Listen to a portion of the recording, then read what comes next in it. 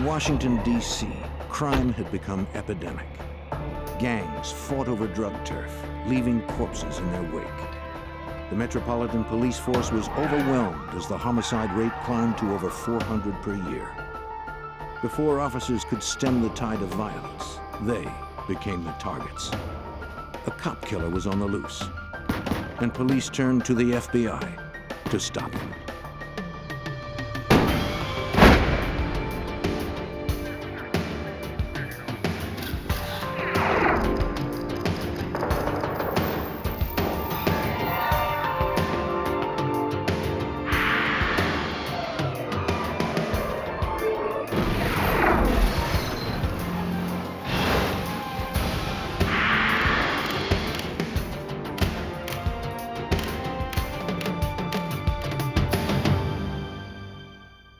In 1995, our nation's capital was also our nation's murder capital. Even the police weren't safe. While Washington, D.C. law enforcement targeted criminals, the criminals targeted law enforcement, even gunning down officers on patrol. I'm Jim Kallstrom, former head of the FBI's New York office. As the death toll mounted, D.C. police called upon the FBI for help. The hunt was on to find a cop killer and to bring order to a town in trouble. But things would only get worse before they got better. On January 10th, 1995, at a fast food restaurant in northwest Washington, D.C., Metropolitan Police Officer Vance Warren was taking a dinner break while working part-time security. It had become common practice for businesses to hire uniformed off-duty police officers to protect their establishments. Everyone felt more secure, customers and employees alike.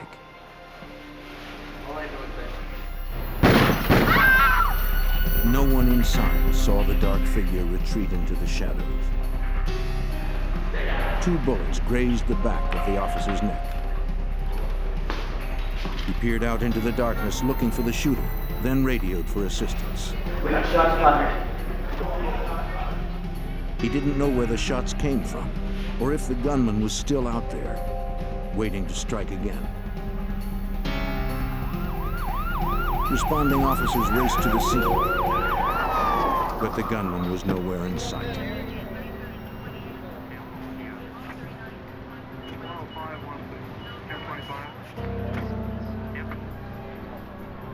There was no attempt at a robbery.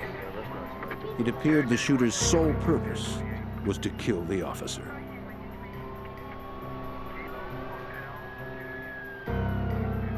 From witness accounts, police believe the shooter acted alone.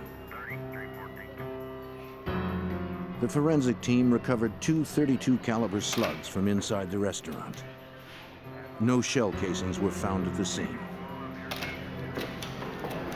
Though Officer Vance Warren survived the shooting with only minor injuries, others weren't so lucky. Less than 2 months earlier, on November 22nd, a gang member walked into the District of Columbia's police headquarters with a gun and began firing. In an instant, the police sergeant and 2 federal agents were dead. The 4th was critically wounded. With no chance for escape, the killer turned the gun on himself. Police couldn't help but suspect the shootings were somehow connected, even though there was no evidence linking the attack on Officer Warren to the shooting at police headquarters. The attempted murder of the officer seemed like one more incident in an escalating war over drugs and turf. Metropolitan Police were overwhelmed with the level of violence and the crushing caseloads. With at least 1 murder occurring each day, homicide detectives couldn't keep up. For Detective Loren Ledman and his colleagues, their city was under siege. We rode the wave of the crack epidemic that came in. It paid a heavy toll on our citizens in the murder rate. We had a serious amount of cases. We had a lot of violence. We escalated to the position of being, per capita, one of the worst in the nation. It was about to get even worse. On January 17th, a few blocks from the White House, Metropolitan Police Officer Eric Hayes was in his patrol car. A taxi cab double parked on the opposite side of the street. While the officer filled out paperwork, a man approached his cruiser.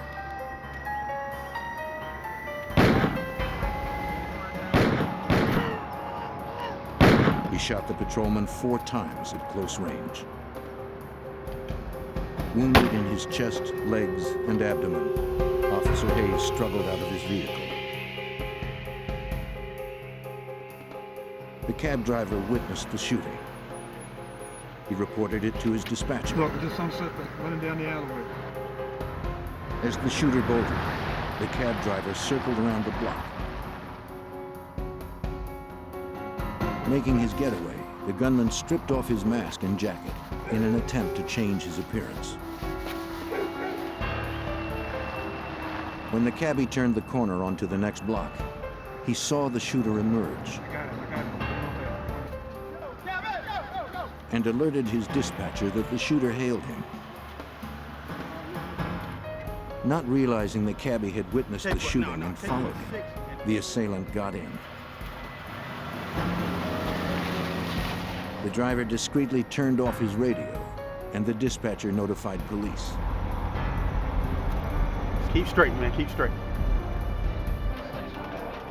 An APB was issued for taxi number 440.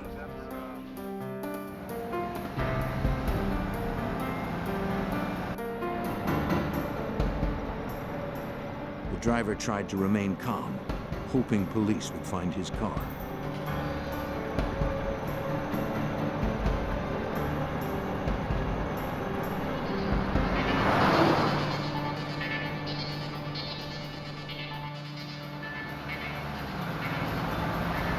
Within minutes, cops picked up the taxi's trailer. The gunman barked a new address and told him to keep driving.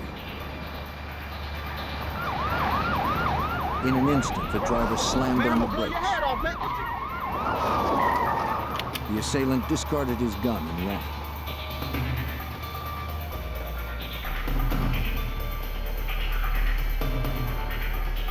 He evaded the pursuing officers.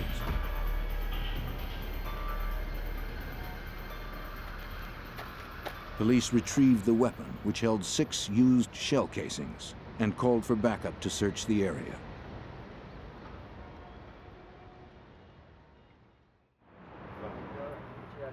At the crime scene, Officer Hayes fought for his life. He survived emergency surgery where doctors removed 4 .32 caliber slugs. An officer called in a forensics unit to gather evidence.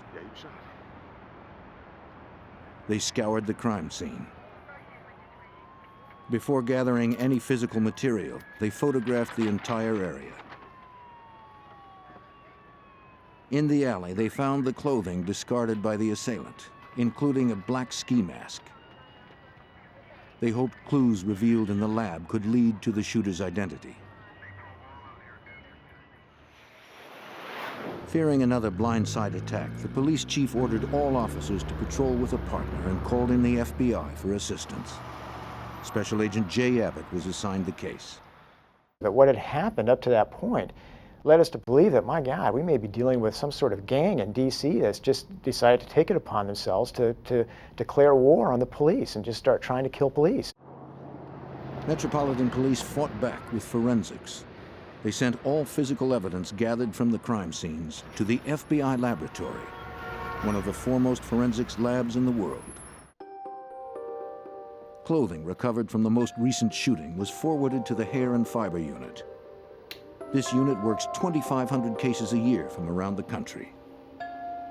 The D.C. cop shooting case was given top priority.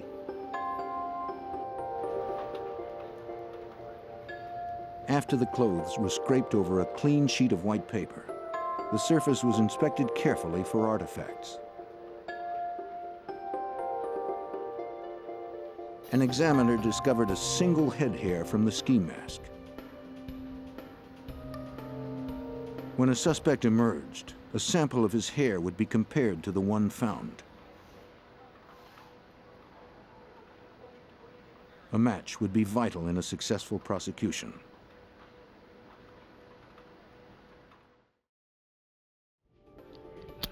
The gun, the casings, and the recovered slugs were sent to the FBI's Firearms and Tool Marks Unit.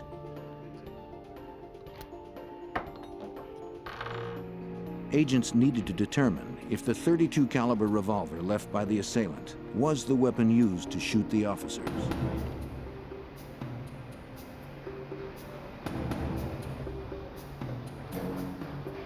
Every gun possesses distinct spiral grooves inside its barrel. When a bullet is fired, those grooves leave an imprint on the projectile.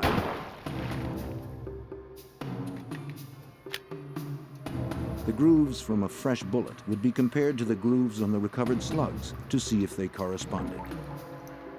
The bullet sample, together with the slugs, were forwarded to an analyst for scrutiny under the comparison microscope. The bullets matched. This confirmed that the .32 caliber revolver was the weapon used in the two most recent shootings. Investigators were now looking for one man. To find their suspect, the FBI and Metropolitan Police called on their only eyewitness, the cab driver. They asked him to provide a description of the assailant to a police sketch artist.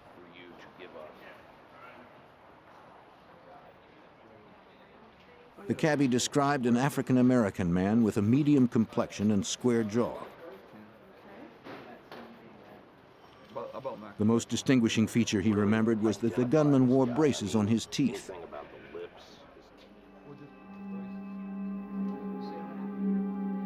Investigators contacted area dentists and orthodontists to see if they recognized the man in the picture as one of their patients. The composite was also distributed through television, newspapers, and local business. A reward prompted hundreds of phone calls.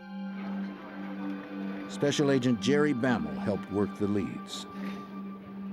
Based on leads which we generated, telephone calls which we received, possible identifications from the dentists and orthodontists, we identified approximately 100 individuals who could have been suspects in this shooting of the police officers.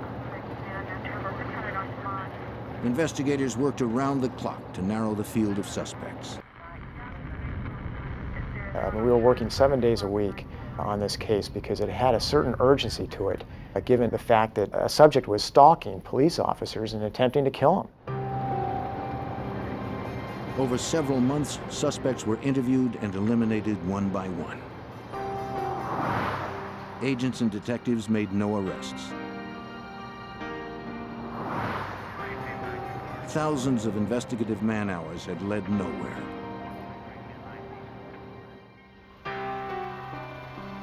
Then, on April 26th, Officer John Novobilski of the Prince George's County, Maryland Police was hired to guard a liquor store in nearby Landover, a suburb of the District of Columbia.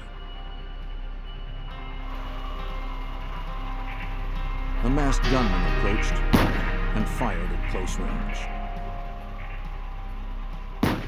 He unloaded 16 rounds. The policeman never had a chance.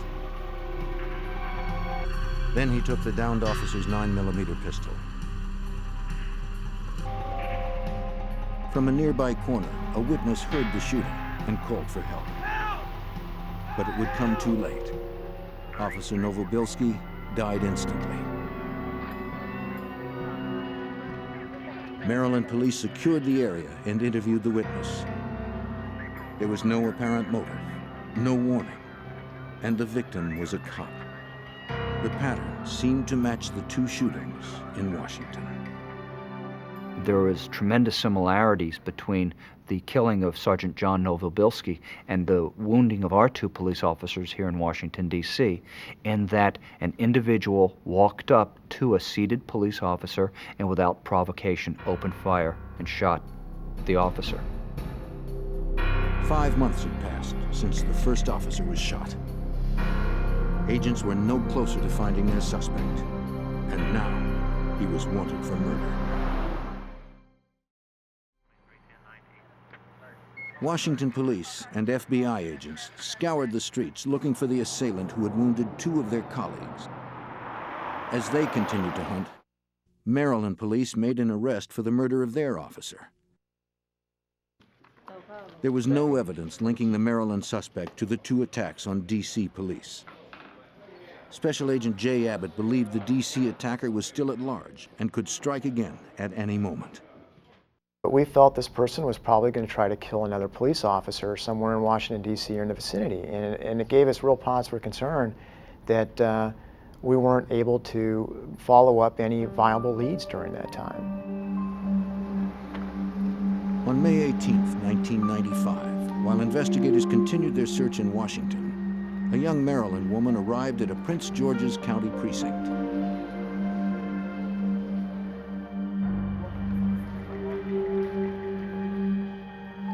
Bruised and battered, Nadine McCrae explained to the police officer that she had been beaten by her boyfriend. Accompanied by a supportive friend, Nadine began to detail the vicious assault she received at the hand of Ralph McClain. So 9 o'clock last night. Agent Bammel recalls its severity. McClain tried to kill McCrae the evening of the 17th, which was the reason that she came forth to the police on the 18th. He beat her into unconsciousness. He stuffed drugs into her. Information I need from you. The Prince George's County police officer issued an arrest warrant charging McClain with attempted murder. He recommended that Nadine get a thorough medical examination. On the way out, Nadine's friend pleaded with her to tell the officer the reason McClain had almost beaten her to death. Nadine hesitated. It's okay. She was afraid of what else McClain might do if she said anything more. Reluctantly, she told the police officer what she knew.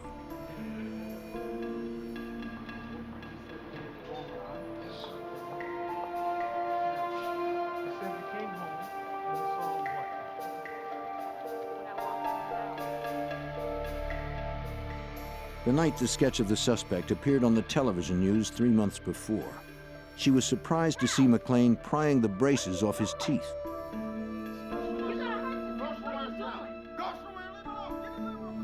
When she questioned him, McClain screamed at her to mind her own business. According to Nadine, her boyfriend, Ralph McClain, was not only responsible for the shootings in Washington, he was also a cop killer.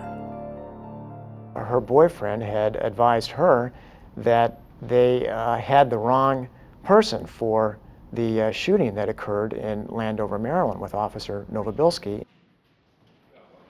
She provided the break that agents were looking for. Okay, Nadine, I'm going to call another detective who's handling this. Nadine McCrae, so reluctant to speak at first, knew that now there was no going back. I think she realized how dangerous the person was and was very willing to cooperate with us. Because I think at that point she also realized that her own life was in danger now, having revealed her knowledge of the subject.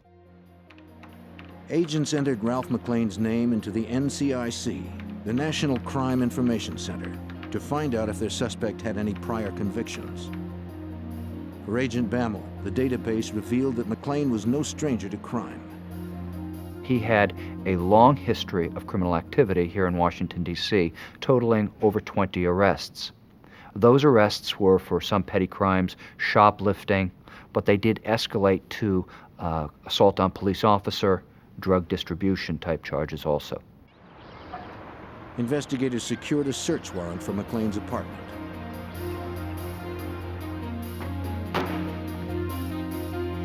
It was a very tense time just to go into that residence with the possibility that he could be there and with all the tension of realizing what they might find.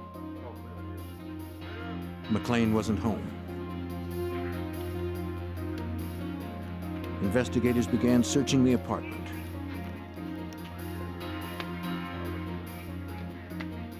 Survivalist magazines, weapons manuals, and how-to guides for terrorist operations were strewn everywhere. The materials detailed how to conduct surveillance, conceal movements, and catch victims by surprise.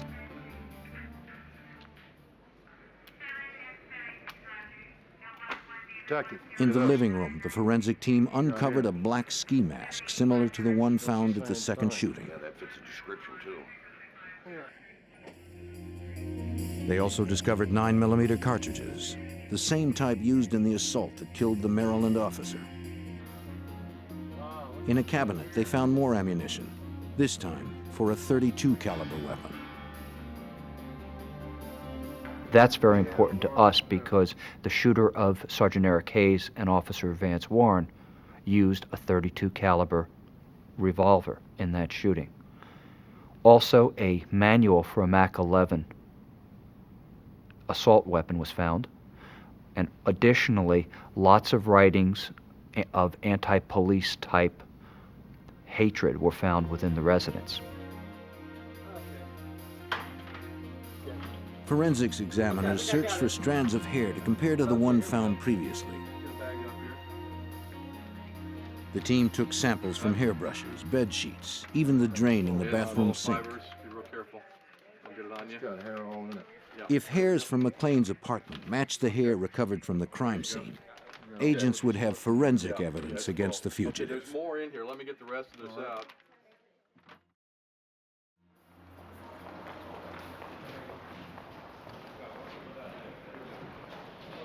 Armed with a photograph of a suspect, detectives called on the cab driver. They asked him to look at a photo lineup to see if he could identify McLean as the man who shot Officer Hayes.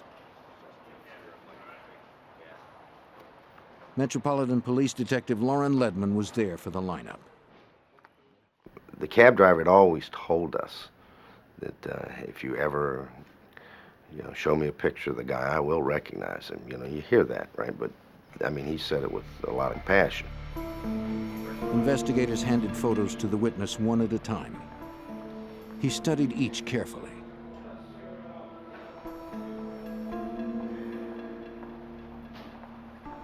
When he was handed the fourth photo, the whole terrifying incident came flooding back. He was staring into the face of Ralph McLean. He was talking to the picture as if Ralph McLean was there. He was talking to him through the picture. It was the best identification I've ever seen. I mean, he's screaming at this picture.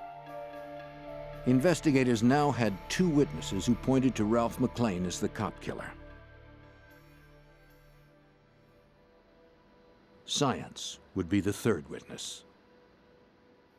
At the FBI labs, examiners matched the hair samples retrieved from McLean's apartment to the hair recovered earlier from the clothing found at the Officer Hayes shooting. It was the critical piece investigators needed to secure an arrest warrant for Ralph McLean. At that point, we were armed with some very serious evidence. We had the girlfriend with the admission, we had hairs, and we drafted an affidavit for signature for a Superior Court judge, and in the middle of the night, we went out and we obtained that warrant. But first, they had to find McLean. Investigators canvassed all of his known haunts. The suspected cop killer had apparently fled the area, and agents had no idea where he was headed. Ralph McLean was wanted for shooting 3 police officers in and around Washington, D.C., killing 1. A month had passed since the last shooting, and investigators had no clues to his whereabouts. To find him, they looked to his girlfriend, Nadine, for help. She was under constant police protection since McLean had tried to kill her.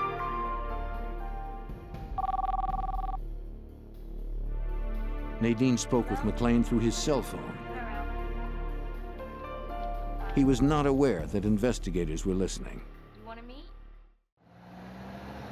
Through their conversation, Special Agent Jay Abbott and his team were able to track McLean's movements. We were able to locate him at one point in the Fredericksburg, Virginia area, and we're very close to making an arrest at that time. But unfortunately, he was able to evade our attempts. Their conversations continued over 2 more days. Authorities learned that McLean was traveling south to Florida. But he never gave Nadine a specific location. Investigators wondered if McLean knew his girlfriend was cooperating with police. She told them that he monitored the news constantly on a portable TV. If they were going to catch McLean, they needed to surprise him and keep his name out of the media. That meant keeping the arrest warrant out of the national system.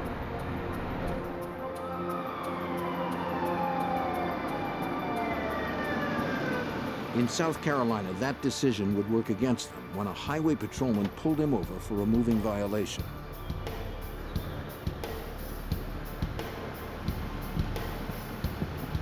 The officer approached and asked to see a driver's license and vehicle registration. McLean showed him his registration and claimed his license was in the trunk. The South Carolina officer, just weeks away from retirement, followed him to the rear of the automobile.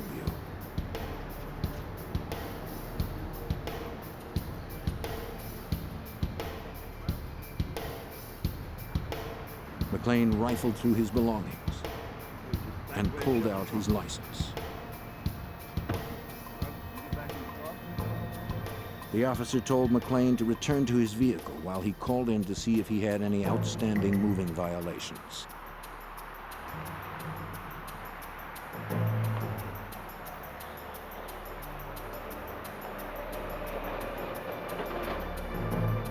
He also checked to see if the car had been reported stolen.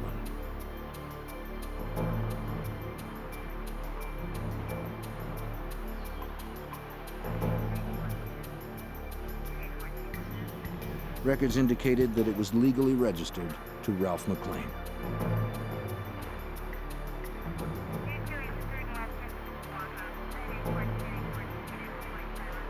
He issued McLean a ticket, then gave him directions to the town's magistrate's office to pay the fine.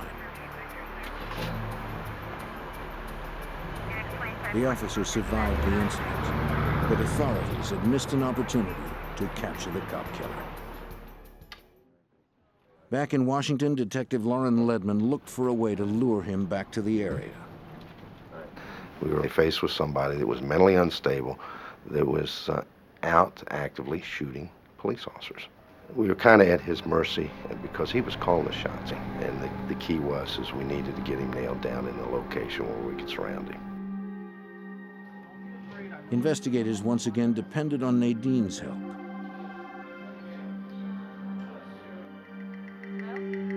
They advised her to promise McLean a reconciliation if he returned. Hey, you want to meet somewhere? McLean said he was interested in the offer, though he wouldn't agree to when or where they would meet again. Investigators worried that they were losing the element of surprise. We were looking for a little bit of an edge, but that edge was taken away from us. The media found out about it. They broadcast his name, his photograph, and so forth, which really bothered us because it brought us to another heightened level.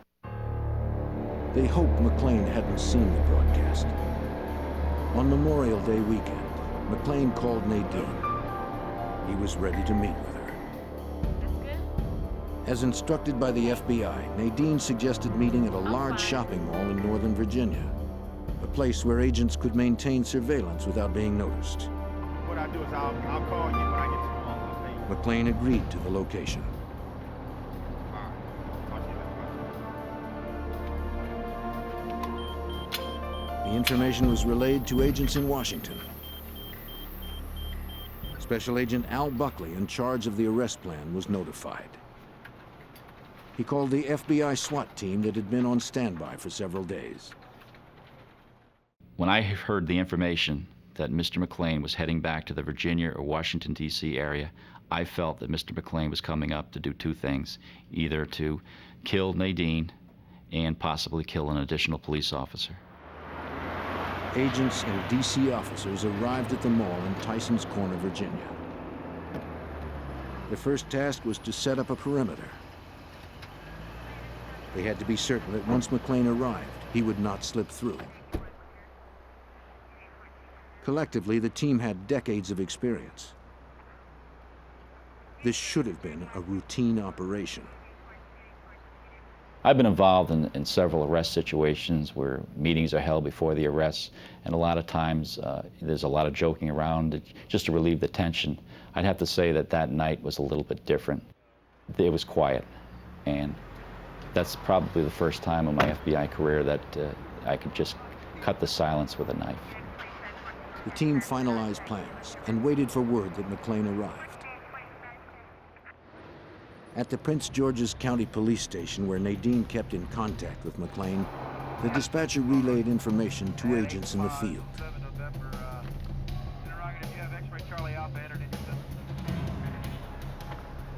Agent Buckley got the call. McLean had changed the rendezvous location. The fugitive wanted to meet Nadine in Maryland, nearly 25 miles away from where the SWAT team had assembled. The sudden change of plans was troubling. The call suggested that McLean might have known he was being set up. Wanted cop killer Ralph McLean was on his way to a Greenbelt, Maryland plaza to confront his girlfriend, Nadine. An FBI SWAT team was racing there to intercept him. Since McLean had changed the location from Tyson's Corner, Virginia, investigators suspected the armed fugitive knew Nadine was cooperating with authorities. Special Agent Jay Abbott was gravely concerned. At the time, we began to sense that he had suspicions of what was happening. And given those suspicions, that added to the sense of urgency even more. We weren't sure that he would actually show up at one of these locations to meet Nadine. He might begin to smell that there was a trap. As they got closer, agents turned off their blue light and constantly monitored the radio. A police dispatcher relayed updates to agents in the field. He kept them posted on McLean's plans, learned through conversations with Nadine. 36 and 51, be 1051 to 600 block of Jefferson. Agents were at the mercy of the fugitive's whims. After changing the location several times, the team got word that McLean decided to meet at a gas station across from Beltway Plaza. They scrambled to set up a perimeter around the gas station. Agents hoped they would have enough time to secure the area. Once in place, they would wait for McLean to either show up or call Nadine. Detective Ledman took his position in a field across from the gas station. He believed McLean would show up to see Nadine despite suspicions of a trap. We didn't even know if he even really wanted to meet her. We just felt that he was just trying to get in shooting range of her to kill her. Why? Because she was the only ear witness to this shooting of this police officer. As the team continued to assemble, Nadine remained at police headquarters on the cell phone with McLean. Securing the closest position to the gas station, 20-year veteran agent Billy Christian arrived. The schoolyard across the street offered the best vantage point.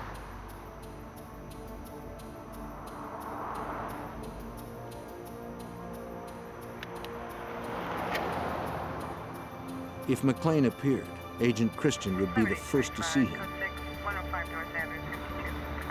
Is this number 1? Is this number 2? Other team members set up on nearby streets, hoping to spot McLean's car as it approached. Pressure mounted as they waited and watched.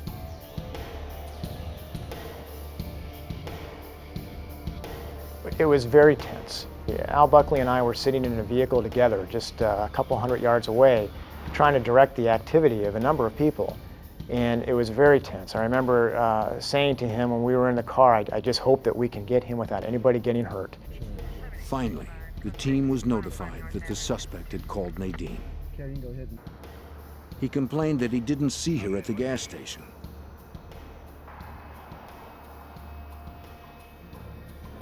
McLean was in the area, but agents couldn't get a precise fix. Investigators believed he was very close. This particular time, he was whispering, which led me to believe that somebody was close to him, which caused me to look around. You see, was I on top of him and didn't know it? Hidden behind a small hill, Detective Ledman checked the gas station again. But he still didn't see McLean.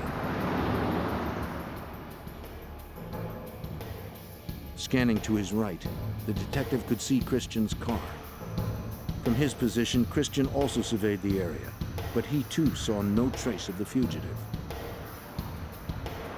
At that point, a local officer out on his regular patrol approached Christian's car from behind. The patrolman, unaware of the arrest plan, thought the agent's car seemed suspicious.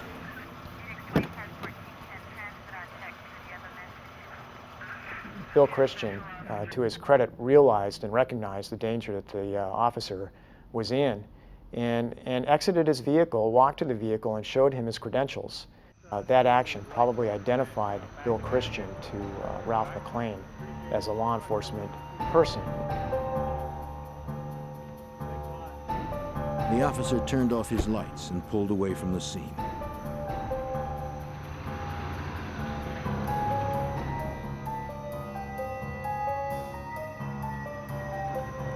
Christian resumed his surveillance.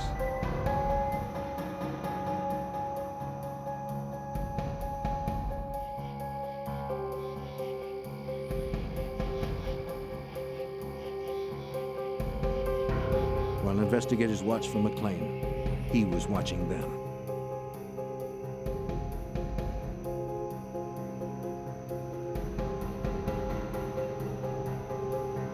The element of surprise and the tactical advantage was McLean's.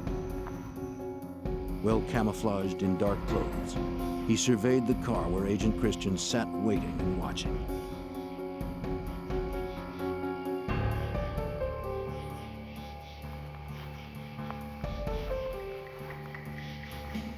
He advanced slowly and deliberately on Christian's position.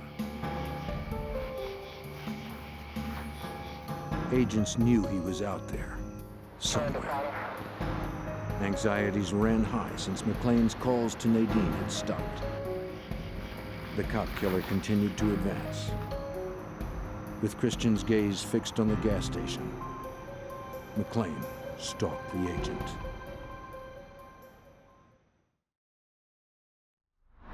FBI agents and D.C. detectives surrounded a gas station in Greenbelt, Maryland, waiting for cop killer Ralph McLean to show himself. The arrest team knew he was close, but they didn't know where. McLean was advancing on Agent Billy Christian from the shadows.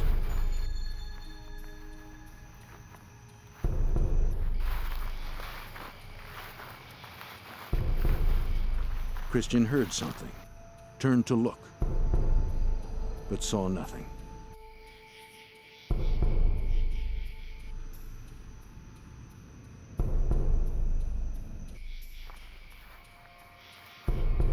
He heard it again,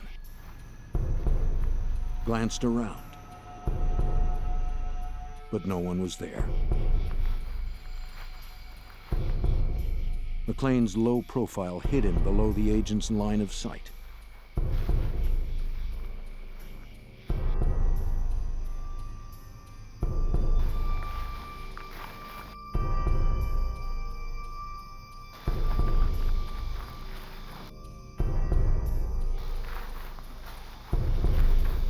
The killer continued to advance on his unsuspecting prey. Rising just beyond the agent's line of sight, McLean lifted his Mac 11 machine gun and aimed it at Christian.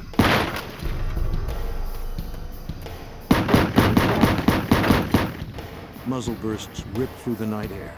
Agent Billy Christian slumped in his seat.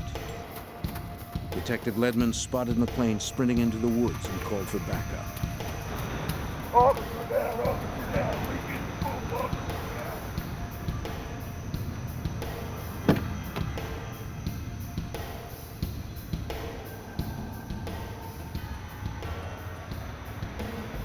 The detective pulled the bleeding agent from the car, laid him flat, and made a second call for assistance.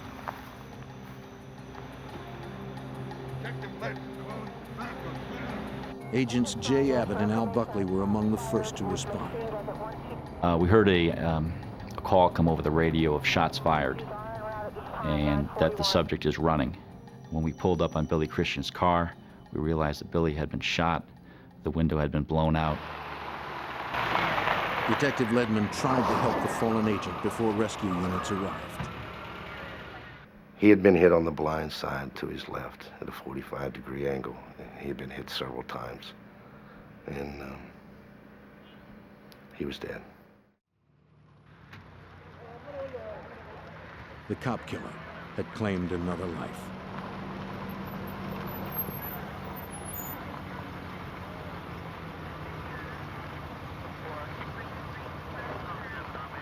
This person had just killed a colleague, not just a colleague, but a good friend, a mentor to some of us. He had been around for a long time, a 20-year agent. And to have this happen was enraging. Units from several jurisdictions responded instantly. The Prince George's County officer arrived with a police dog and started to hunt for McLean in the dark.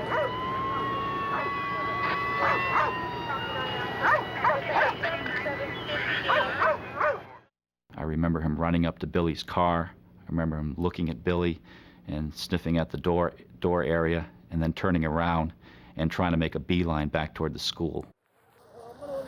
The team tore off into the darkness with the dog and their semi-automatic weapons.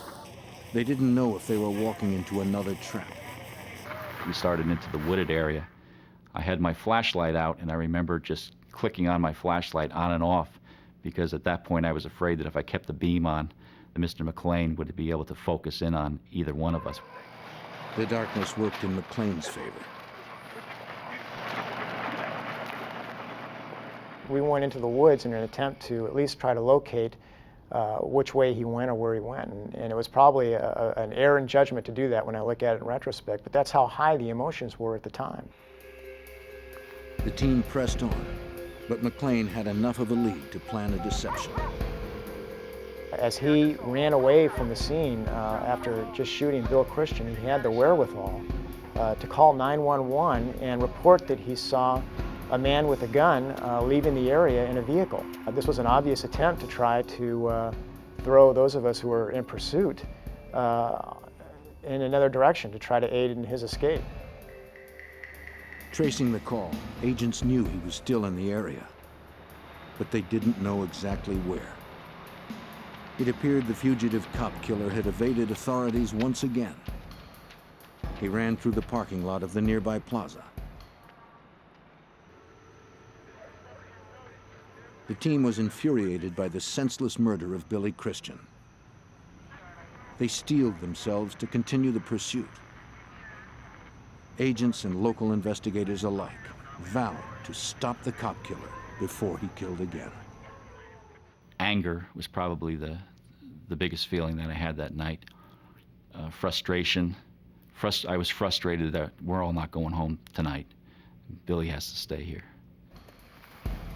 As agents Buckley and Abbott continued to track the fugitive's path through the woods, Detective Ledman received a call from investigators positioned in the parking lot of the plaza. Mr. McLean had run and gotten behind a store and had a large ramp that leads up to the back of the store where there was 3 trailers, and he had secluded himself behind those. McLean opened fire on pursuing officers. They took cover on the ground and returned fire. Emerging from the woods, agents Abbott and Buckley saw officers being fired upon.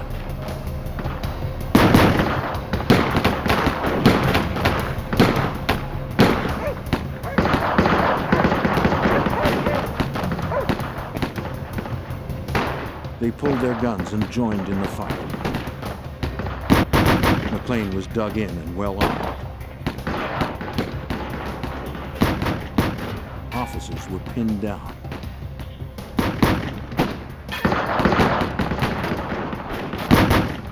No one knew how to get to him without losing another life.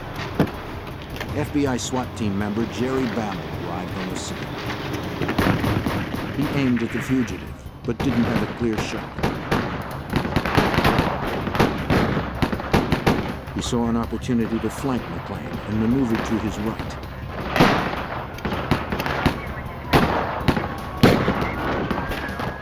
While police and agents traded fire with the cop killer, Bammel remained hidden from McClain. Then he stepped out from behind the dumpster and began firing on the shooter from the opposite side.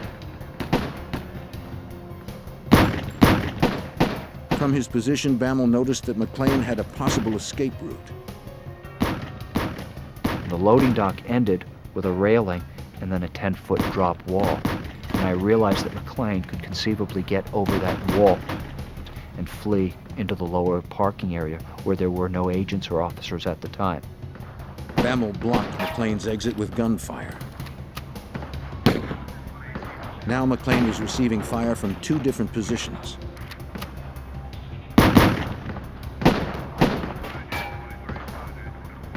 He swung around and sprayed rounds where Bammel was standing.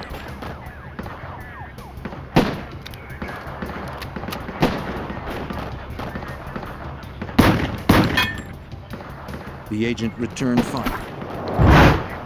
McClain was hit. Agents and officers continued firing. McClain fired one more round. Then there was silence. I waited a moment, and then there was a call out, something like, "He's down, he's down." Bammel hesitated before advancing on McClain's position to be sure this wasn't another trick. While officers and agents waited in the lot with guns at the ready, Agent Bammel made his way alongside the trailer, approaching the motionless figure. Another agent advanced on the opposite side. As they moved in, an officer yelled from the darkness that he saw movement. He was going to fire two more rounds towards McClain. As soon as he yelled that, I yelled, "Don't shoot, don't shoot, don't shoot," because I was immediately concerned of the fact that we had placed ourselves into a deadly crossfire situation.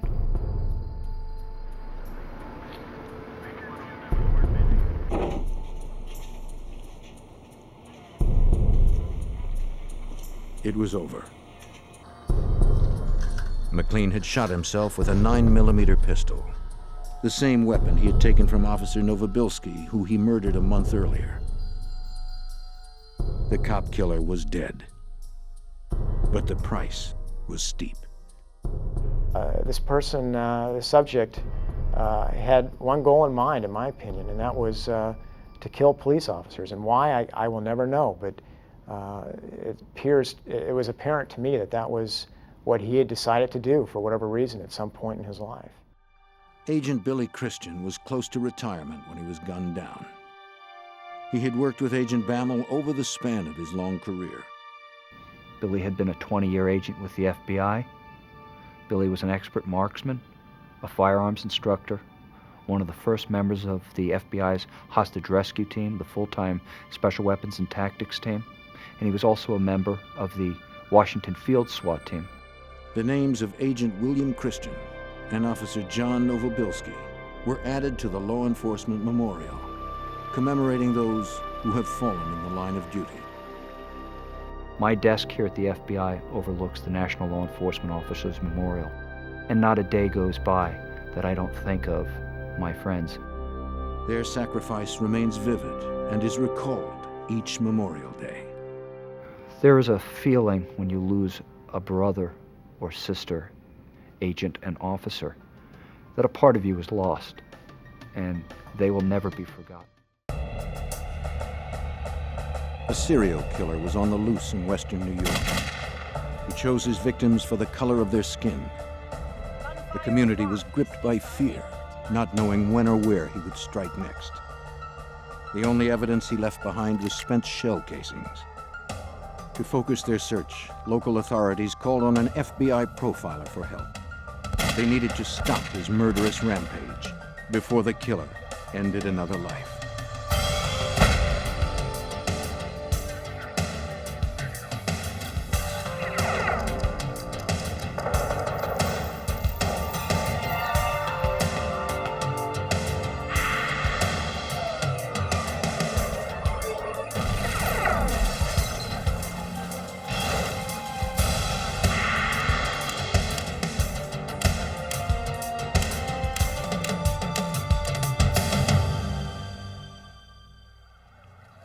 In Buffalo, New York, a sniper targeted African-American men. He held a city hostage and threatened to ignite a racial powder keg. And it looked like others might be following his bloody example. I'm Jim Kallstrom, former head of the FBI's New York office. When it became clear that physical evidence alone wasn't enough to corner the killer, FBI profilers developed other means. Their work provided the only hope of flushing him out and connecting him to his crimes.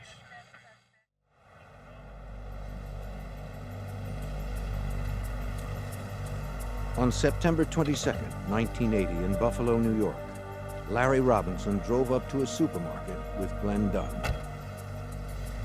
Dunn promised to wait while Robinson went in to cash his paycheck.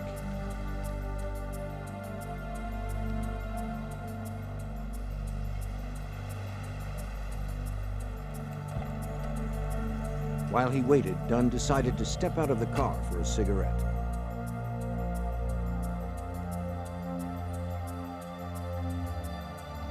At about 9:45 p.m., psychiatric nurse Madonna Gorney just finished her shift. On her way home, she decided to pick up some groceries.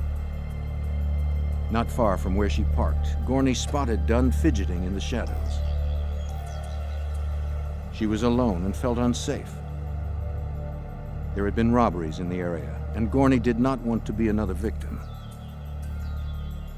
She headed straight for the lit entrance, where she passed another man who appeared to be waiting for a ride.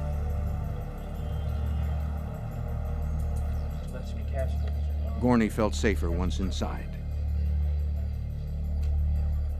Larry Robinson had only a short wait in line to collect his money.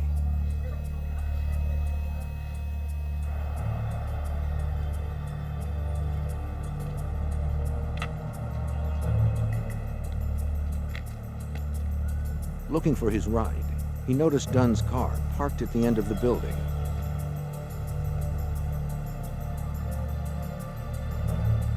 When Robinson tried to get in, the door was locked. Dunn did not respond. Robinson came around to the driver's side and discovered Dunn was not moving. He was bleeding from the head. Robinson ran back into the store to summon help.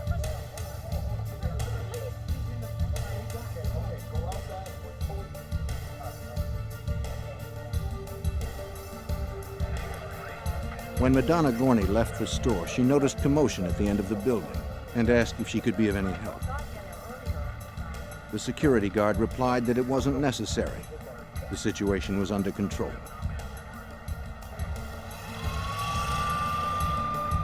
With 3 bullet wounds to his head, Dunn was in critical condition. Paramedics struggled to save the young victim. His heart had stopped.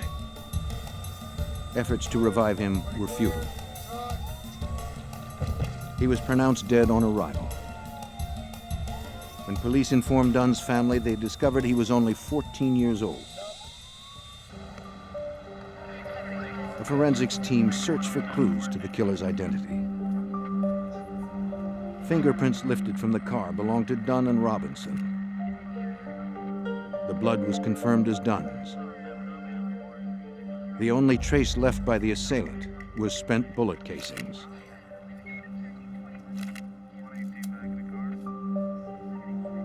They had been fired from a .22 caliber weapon.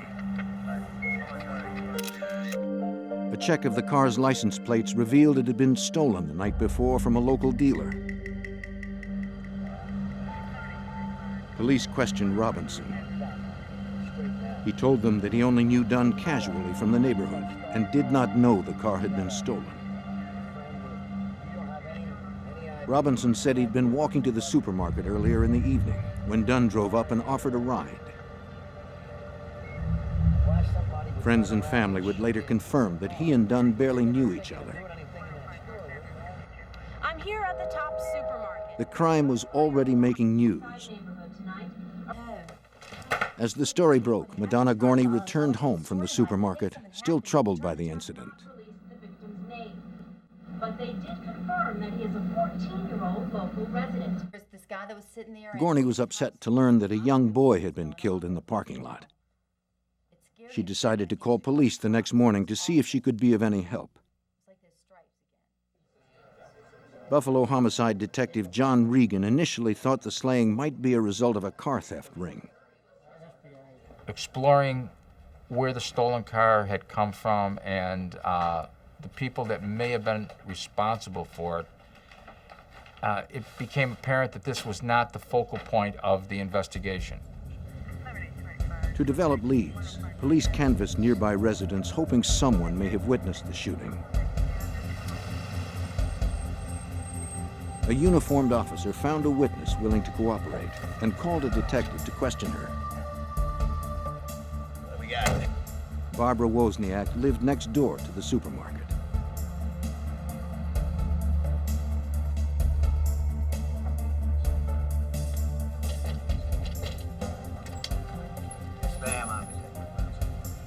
She told the detectives that she had heard the gunfire and seen the assailant. Well, we just start from the beginning. At around 9:45 on the previous evening, she was cooking when she heard 3 pop-like sounds. She hurried to her window to see what had caused the noises. She saw a white man running from a parked car. He wore a hooded sweatshirt that obscured his face. Anything else, anything you forgot? While the detective spoke to Wozniak, he was informed that a witness from the supermarket had called offering her help.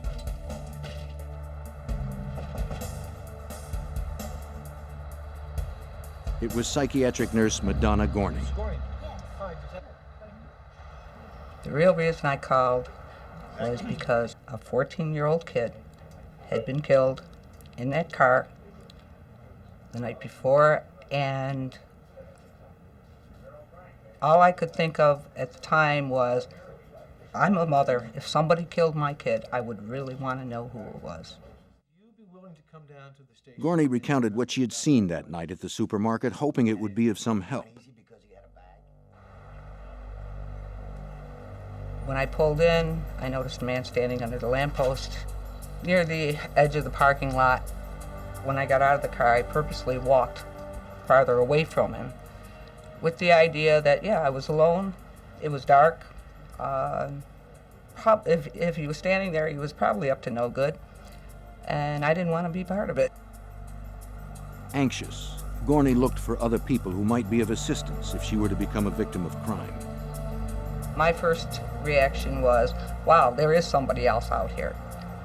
As I walked closer to the door and was able to get a better look at him, I thought to myself, if something does happen, he's not going to be of any help to me, because basically he had a very dazed or very dopey look on his face, and I wasn't impressed. She described him as a slender white man with dark hair who held a brown paper bag on his lap. He wore metal-rimmed glasses and a hooded sweatshirt which shadowed his features. The description seemed promising since the previous witness had described a similar man running from the scene. Detectives hoped that Gorney could provide details for a sketch. After talking to Gorney, Buffalo detectives got word of a similar shooting in the nearby suburb of Cheektowaga. The victim, 32-year-old Harold Green, was rushed into emergency surgery as detectives arrived at the hospital. His situation was critical after being shot in the left side of the head with .22 caliber slugs.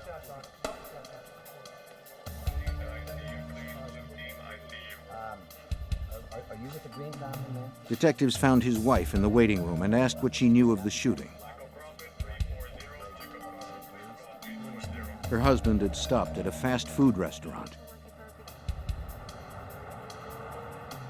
He was sitting in his car eating his lunch when a hooded white assailant walked up and shot him. When an employee heard the gunfire and saw the shooter sprint from the scene with a brown paper bag, she called her manager.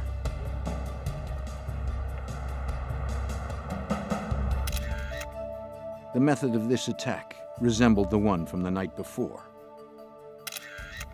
Detectives speculated that there was a possible connection between the two victims. Mrs. Green said neither she nor her husband knew Glenn Dunn or his family. Her husband was a successful engineer and a pillar in his community. He moved in different circles than the teenage car thief. Investigators found the two victims shared nothing in common. Green died without regaining consciousness. Only one piece of evidence linked both shootings. Lieutenant Thomas Rowan of the Cheektowaga Police Department led the forensic investigation. We had our first piece of hard physical evidence that connected the shooting in Cheektowaga at the fast food restaurant, the shooting which took place in Buffalo, New York. That single fact that tied everything together was spent cartridge casings from a .22 caliber. At that point, it was only identified as a firearm because we didn't know what type of firearm had produced the spent shell casing. That same night, homicide detectives were summoned to another shooting. It was the third attack on an African-American man in less than 36 hours. 31-year-old Emmanuel Thomas had been killed while crossing a residential intersection. From eyewitness accounts, the investigators pieced together the chain of events. An hour earlier, Frenchie Cook left the home of his friend Emmanuel Thomas. Thomas, a freelance house painter, told his wife he was going to the store and would be right back. Be careful. Neighbor Thomas Jackson saw the two friends walk by and head for the corner of East Ferry and Zenner Streets. As Thomas and Cook crossed the intersection, the killer struck from out of the darkness.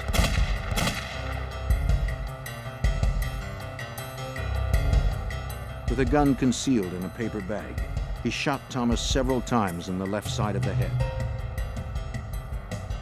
Thomas collapsed to the pavement.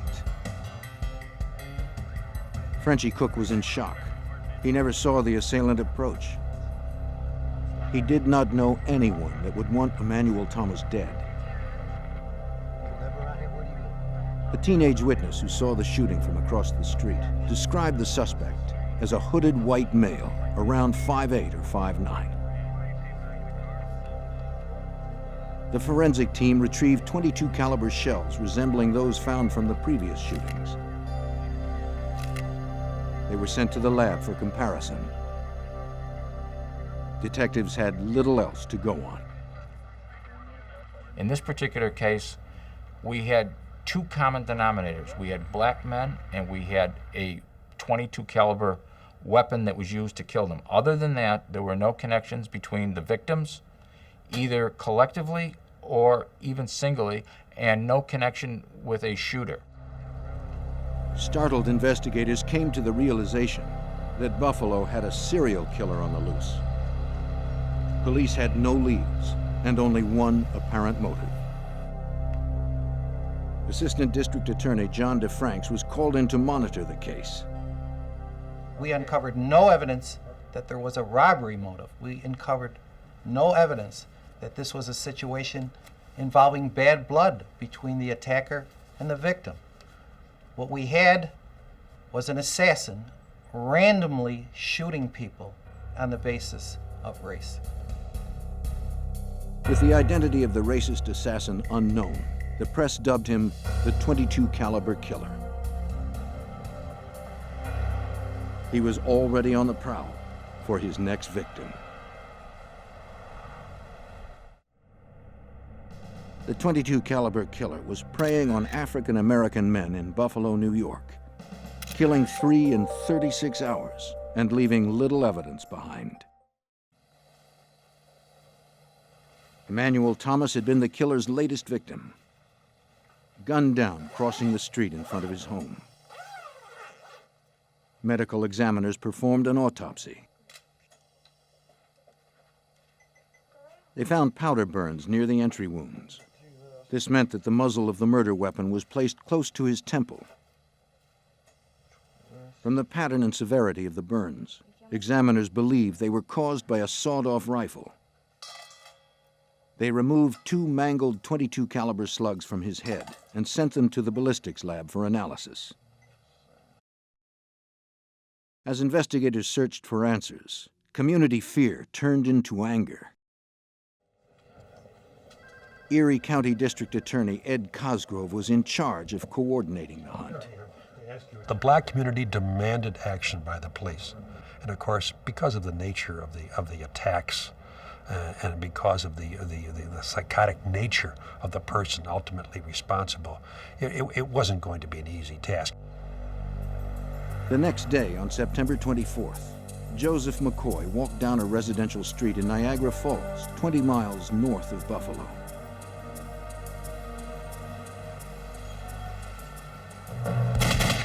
In front of a church, the 43-year-old man was ambushed and killed. A witness described the shooter as a slender white man dressed in khakis. Once again, police found nothing but .22 caliber shells at the scene. The shells, along with the slugs extracted from the victim, were sent to the Erie County Department of Central Police Services to compare to the others. Lieutenant Thomas Rowan conducted the ballistics analysis. In this case, it presented a rather difficult challenge to the firearms examiners and to law enforcement, is that the bullets themselves, as it went into the body, they broke up, they disintegrated, and broke into tiny little pieces, making specific identification of the weapon from the bullets inside of the victims very difficult, not impossible for the firearms examiners. The shell casings could tell them more. Every gun leaves specific marks on a shell when it fires. The firing pin, ejector, and extractor from a weapon make impressions on the casings. For examiners, this is the gun's fingerprint. They found that the markings on the casings from the 4 crime scenes all matched. The relationship of the firing pin impression, the ejector, and the extractor marks suggested fairly early on that a specific type of weapon was used, and that was a Ruger Model 1022. The 4th shooting sent more shockwaves through the black community, and investigators still had no suspect. Local officials had no answers. They called on the FBI for assistance. Special Agent Chip Mrazowitz realized the case had the greatest urgency for the community. It was important for the FBI to get involved in this case because there were African Americans being killed in the area, and everybody was scared to walk the streets, daytime and nighttime. A composite sketch was rendered by an FBI artist who worked with several witnesses that had gotten glimpses of the killer. The sketch was circulated through patrols, newspapers, and television. Police also carried the sketch door to door, hoping that someone would recognize the suspect. When thousands of calls began to pour in, Detective Regan realized the composite did little to focus the investigation. Basically, the composite sketch was like Everyman. As a result of it being published, I think we got somewhere around in the neighborhood of 6,000 calls that had to be checked out. And one of the fears really is that you may actually get the suspect, and because you've done so many of these, it becomes routine and you don't pay attention. That's the ultimate fear, that you go right by the man. While local investigators tracked down leads in the Buffalo area, FBI agents pursued those outside of Erie County. Leads were followed in Pennsylvania, Ohio, all of New England, and across the border in Canada. To have that many leads, we were occupied 24 hours a day. We were looking for one lone white male who possibly could be walking next to you in a street or having lunch with you at some cafeteria, and you don't know if you had the .22 caliber killer next to you.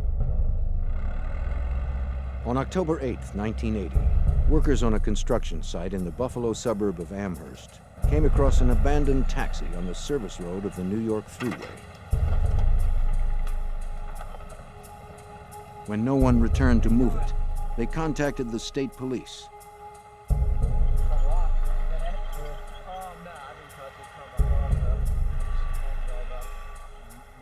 The trooper who responded inspected the empty cab.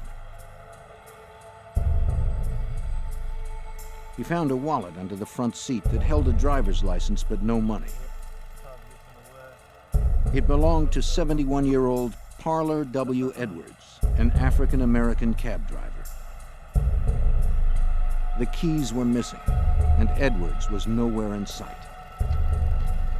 The trooper decided to search the trunk, but found it locked. No keys? Nothing.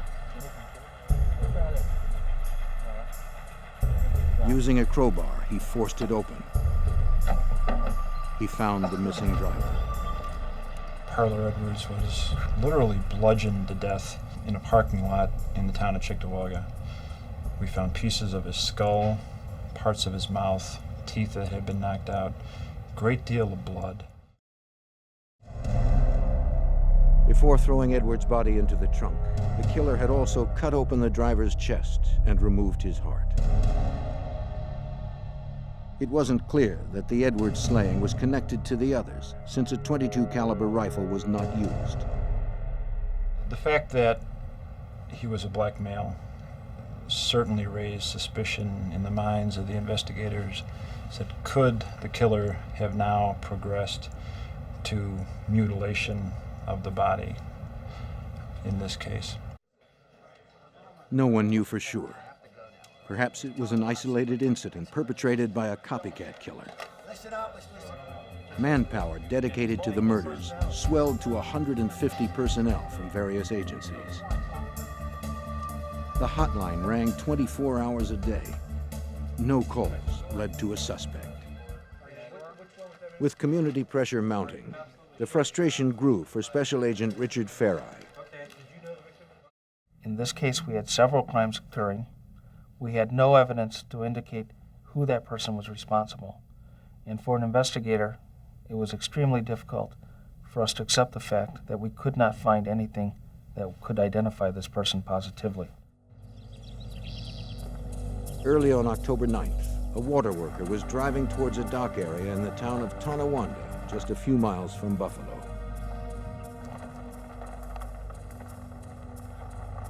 On the edge of the road, he spotted a man laying face down near the tall grass.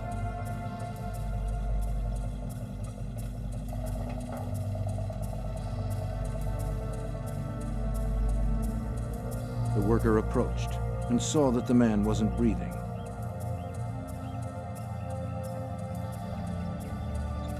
He immediately called authorities.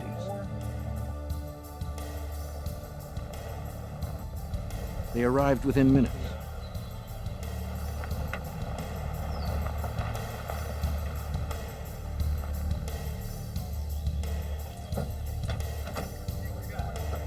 Investigators identified the victim as 41-year-old Ernest Jones. Like Edwards, Jones was a taxi driver who had his throat slashed and heart cut out before his body was moved to a remote location. He was the 6th African-American male to be murdered in the Buffalo area in less than 3 weeks. Authorities were baffled. With little evidence to guide them, they weren't sure if one person was responsible for all 6 homicides. Only one aspect linked the first 4 shootings with the deaths of the 2 cabbies. Basically what you have is the 4 shootings which are definitely linked. You have the 2 cab drivers who are linked to each other, but not necessarily to this. There's controversy even within the police, within teams of investigators as to whether or not they're connected. Agents and local authorities had no way of knowing if there were 1 or 2 serial killers out there killing black men. By October 9th, 1980, 6 African-American men had been found slain in the Buffalo area. Authorities were not certain that only one person was responsible.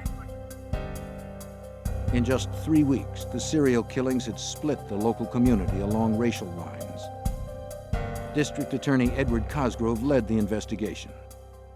It's hard to even describe the community mind at that time. There were demands for action all over from the black community for the police to stop what was happening here. I had press conferences that were attended by the national press. Everybody descended upon Buffalo, and everybody wanted answers from me. I didn't have the answers. The story made national headlines. A $100,000 reward was offered for information leading to the arrest and conviction of the .22 caliber killer. President Jimmy Carter took notice. With the wedge of civil rights violations dividing the Buffalo community, the president declared the investigation a federal case.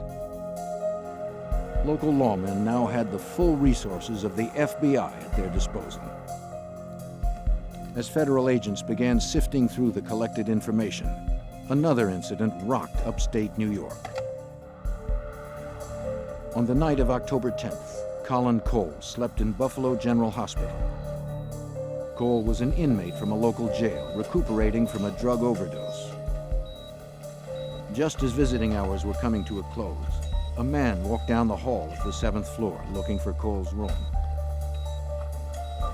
The recovering addict gasped for breath as the man tightened the ligature. A nurse administering medication surprised the strangler. He fled, leaving Cole alive. The nurse alerted hospital security. But the call came too late. It was the 7th attack on a black man in just 3 weeks. No one knew for sure if the .22 caliber killer was responsible for this attack. What we have is this crime scene. Lieutenant Thomas Rowan and his team had little understanding of serial killers at the time. Glimpsing into the mind of a serial killer is like twinkling your toes into the abyss of the very weird. You're never really sure what's there. Local investigators needed someone who was more familiar with these types of offenders. They called upon John Douglas of the FBI Behavioral Sciences Unit to provide a profile of the .22 caliber killer. Through this process, Douglas would provide the team with insight to the killer's psychological behavior. Currently senior analyst of appbnews.com, an online crime news website, Douglas spent 20 years pioneering the science of profiling. A profile is designed to come up with the most probable offender. Its goal is to eliminate a lot of false leads. An attempt is being made as well to maybe refocus the investigation of law enforcement or possibly reinforce the investigation by telling them that you're on the right track here. Douglas was on the next plane to Buffalo. During the trip, he familiarized himself with the case files. You have to walk in the shoes of both the subject and walk in the shoes of that victim to truly understand really what took place during that assault. I'm going to be asking myself the question, why? Why this victim? He confirmed what local investigators believed. The only connections among the 6 murder victims were their race and sex. They were black men who had been chosen by at least one killer as targets of opportunity. The strangled survivor, Colin Cole, was not a random victim since he had been sought out in his hospital room. The profiler believed Cole's attacker was at the very least a racist copycat, not necessarily responsible for any of the murders. Douglas needed to probe further. He had to meticulously recreate each murder from the known evidence.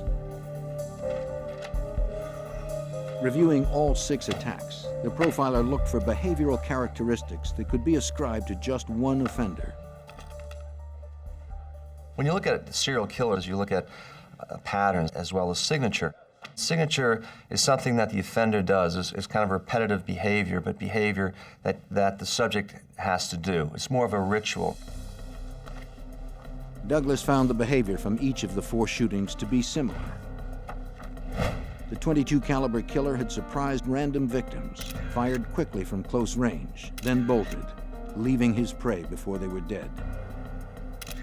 The assassin's signature was a blitz style of attack. The cabbie murders didn't seem to fit that pattern. In those 2 cases, the killer had severely bludgeoned the victims, mutilated them, then dumped them far from where they were killed. The killer had spent a great deal of time with the bodies, even after death. To Douglas, this suggested 2 different killers. There are different types of serial killer. They're the very personal types of serial killers and the impersonal style and type of serial killer. The personal type of an offender wants to look in the eyes of the victim, and they want to spend hours, if at all possible, with their victims, be in a position of total control and domination. That's what really is going to turn them on. It appeared the cabbies were murdered by a personal type of serial killer. Those crimes demonstrated a rage and overkill that were not evident in the shootings.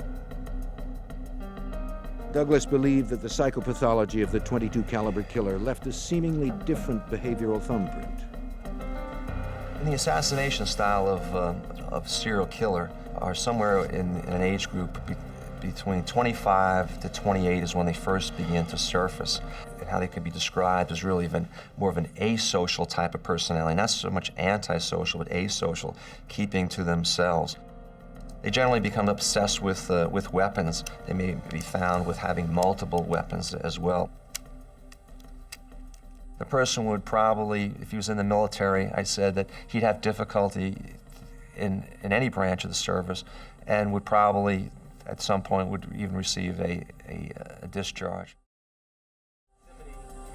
To the profiler, it looked as if Western New York may have had 2 distinct serial killers on the loose. Douglas reported his findings to local investigators. Because the technique of profiling was new in 1980, a few had doubts about its reliability. Some people look at this as some type of voodoo or witchcraft. I mean, how are you able to determine, for example, age of the offender? And actually, it's pretty easy once you do enough of these cases. From his experience with similar cases, the profiler added that the .22 caliber killer would most likely be an avid hunter, having a history of menial jobs. Douglas stressed that it was up to the local team to find or eliminate suspects based on his profile. This is a good tool, but really it's you. You're the people up there, you police, you're going to solve the case. I'm not going to solve the case. To me, this is the easy part. I'm just going to try to help you maybe refocus the case, give you an idea, paint a portrait of the offender, but really you're the one who's going to knock on the doors and wear out the leather soles and come up with the suspect. A national all-points bulletin of the .22 caliber killer's profile was received by law enforcement agencies around the country. Investigators had a description, but still had no name. Late in 1980, the FBI and local police searched for leads in the unsolved murders of 6 black men from Western New York. Hoping to focus the massive investigation, an FBI profiler was called in to assess connections between the cases. He believed it was possible that 2 distinct racist killers were responsible. 2,000 suspects were interrogated, but police made no arrests. Buffalo wasn't the only city in New York State facing terror in the streets. 400 miles southeast, in New York City, a knife-wielding attacker was terrorizing Midtown. Commuter Ivan Frazier was the victim of a subway knifing 3 days before Christmas.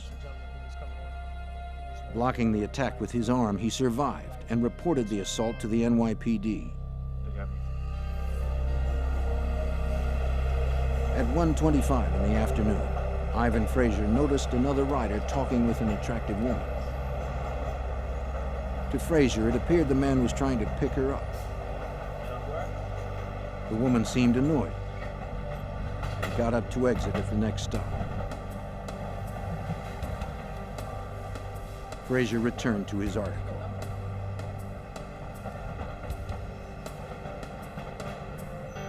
Without warning, the man across the aisle slashed Frazier in the forearm and wrist, then dashed away. He described the assailant as a white man in his early 30s with brown hair, wearing a blue jacket. 2 hours later, at 3:30 in the afternoon, 19-year-old Luis Rodriguez was walking on the west side of Midtown Manhattan when he was jumped by a white man demanding his wallet. Rodriguez fought off the initial blow, but the attacker lunged at him again, stabbing him twice in the chest. Before he died, Rodriguez described him to police as a white man with brown hair, wearing a blue jacket. 3 hours after Rodriguez, Antoine Davis was found stabbed to death in front of a Midtown bank.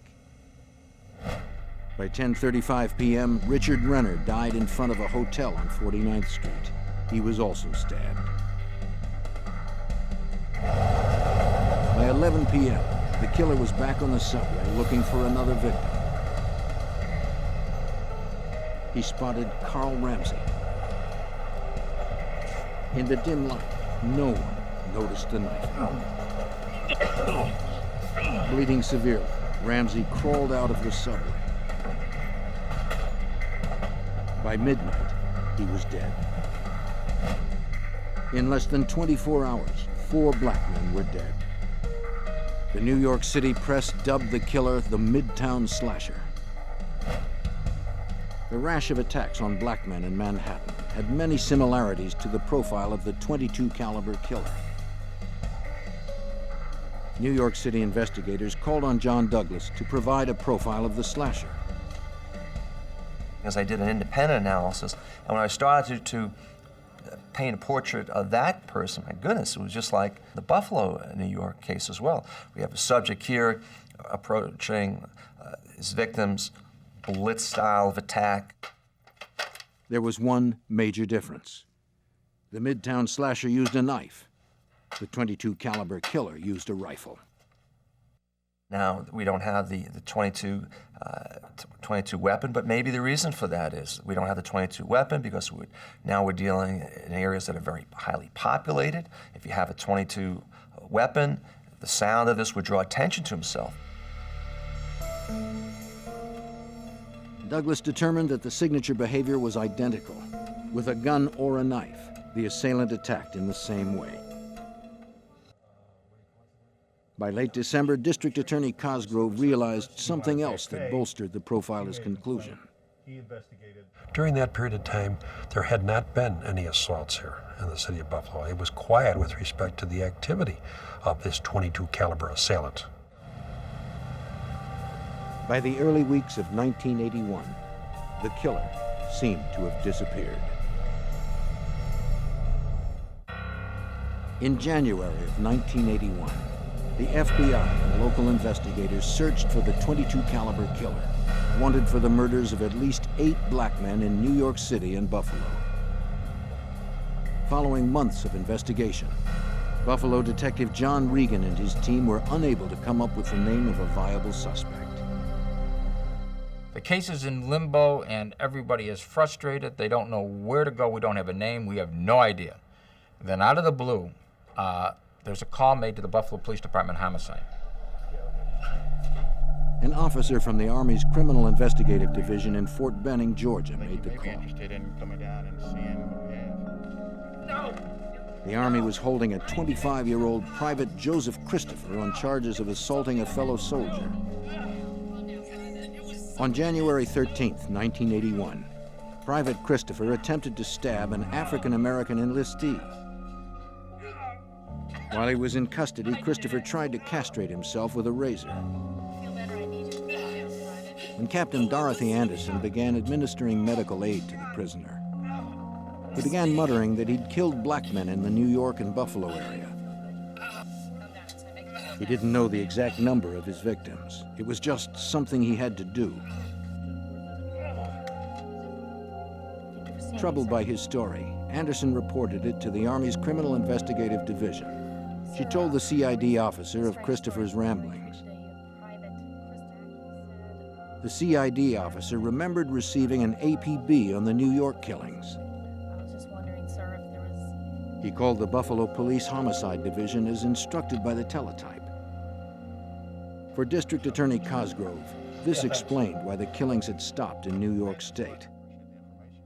From the time of our discovery of the second cab driver's gruesome death until almost Christmas of 1980, when we had the killings, the 4 killings in New York City, there had been a cessation of attacks, and apparently that was when Joseph Christopher was in the Army down in Georgia, as we later found out. The FBI and the police finally had a name: Joseph Gerard Christopher. Agent Mrazowitz and his team compared Joseph Christopher's background to the .22 caliber killer profile. It was pretty accurate. He described him as a white male, but early 30s, a loner. Possibly, if he were in the military, he would be hospitalized. He would be seeking psychiatric care. Prior to being in the military, he would have had menial-type labor. As soon as you had the name Joseph Gerard Christopher, you knew that that profile matched. Investigators tracked down several friends and acquaintances of Christopher's. Detective Lobb, talk to you a moment. David Robinson had been a friend of the suspect for over a decade. Familiar with a gentleman named Joseph Christopher? They often shot target practice and went deer hunting together at Christopher's family cabin.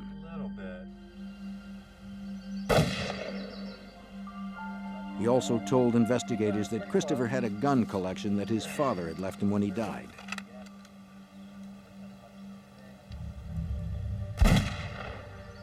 The collection included a .22 Ruger rifle, but Robinson never saw one that was cut down.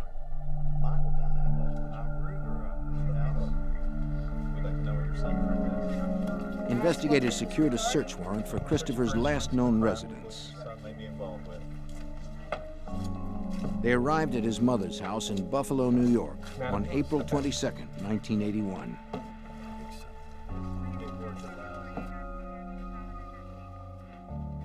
Looks like our boys are real neat housekeeping, huh? In Christopher's bedroom, FBI agents recovered metal-rimmed glasses and khaki clothing that matched witness accounts of the perpetrator's apparel.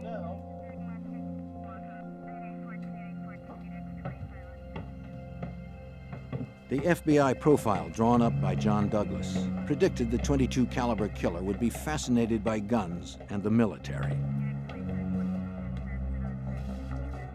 The Christopher basement was an underground firing range. Agents found the inherited gun collection and portions of a sawed-off gun barrel. Among the paraphernalia, forensic specialists found boxes of .22 ammunition, a misfired .22 caliber cartridge, along with a rotary magazine. Ballistics specialist Thomas Rowan believed the evidence was significant. Finding the rotary magazine for the 1022 Ruger was an important feature that supported a widely held theory throughout the investigation that the shooter specifically picked something so he could keep the profile of the weapon low enough to fit inside of a paper bag when he conducted these executions of these men on the street. The rotary magazine enabled Christopher to have a full load of ammunition and allowed the sawed-off weapon to remain concealed in a bag without having to reload.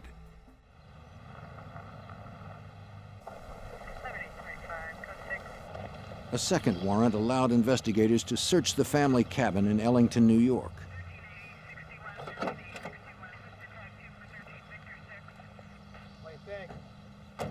Detectives dug in the spot where Robinson told them he and Christopher shot rifles.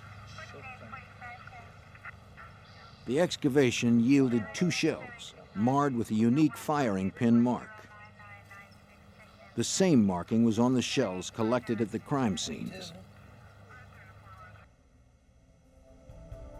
Firearm specialists of the Erie County Department of Central Police Services examined the shell casings that were found at the Christopher home and cabin.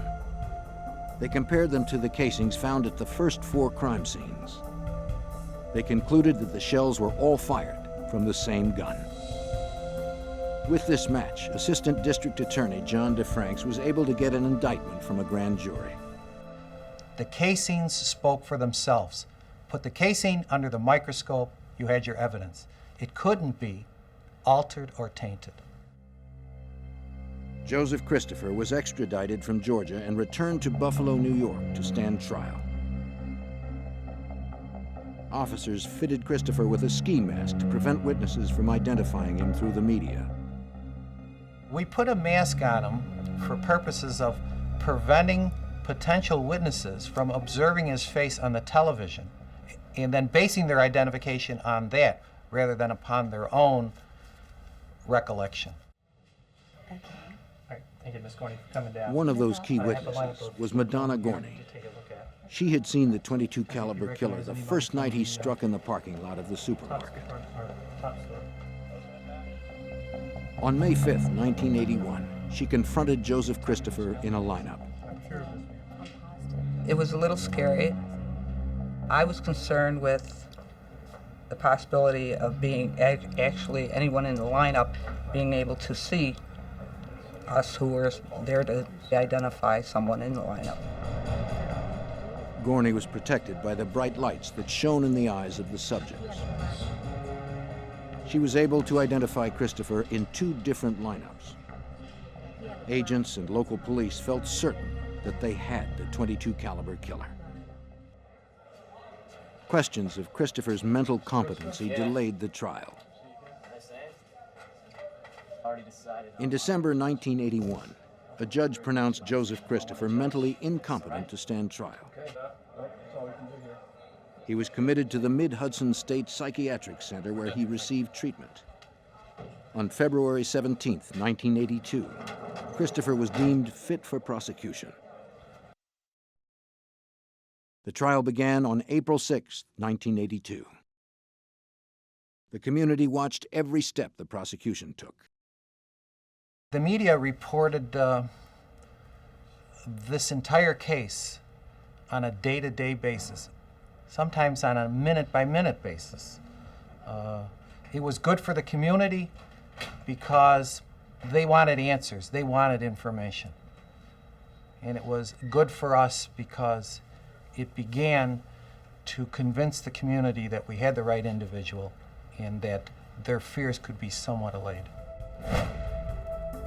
The state jury found Joseph Christopher guilty for the murders of Glenn Dunn, Harold Green, and Emmanuel Thomas.